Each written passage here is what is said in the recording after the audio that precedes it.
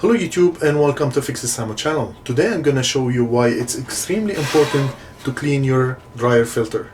As you guys can see over here, it's been a while. Oh my god. It's important to clean it every week, especially if you do many washes. Look at this, it's very important, and this actually may cause fire because the dryer is gonna overheat and it's gonna burn the lint that you see over here. And now I'm gonna move the dryer and make sure that the tube in the back is clean, and we're gonna also check the vent outside, make sure that it's operating properly and it's also cleaned. Okay, so now we're gonna remove it from the dryer. Oh my god, as you guys can see, there's so much lint in here. I wonder what's on the other side. That's why it's very important to check it out from time to time. I would say every year, to make sure that there's not a lot of lint accumulation. This is exactly what causes fire, because eventually it's gonna block the tube and it's gonna overheat, and that's how the fire starts. And now let's go to the other side and check it out. Alright, so after seeing how dirty was the tube, I've decided to reconnect the dryer, turn it on, and go to the outside to inspect the external vent, make sure that it's working properly and smoothly.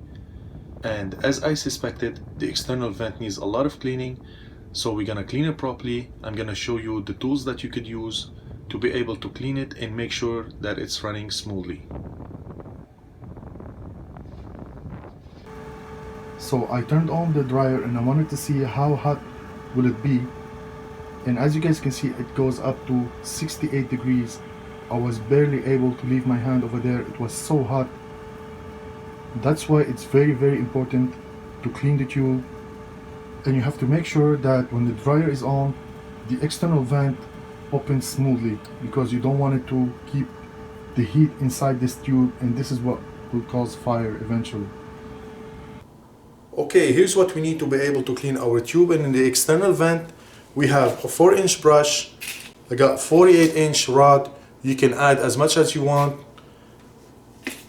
Simply plug the brush like this. And what I have over here, I brought an external vent. As you see, it opens and closes smoothly. That's how it's supposed to be once you finish cleaning. They are very cheap, actually. They are $7. Worst case scenario, if you can't clean it or if they are damaged, simply just change it, don't take a chance.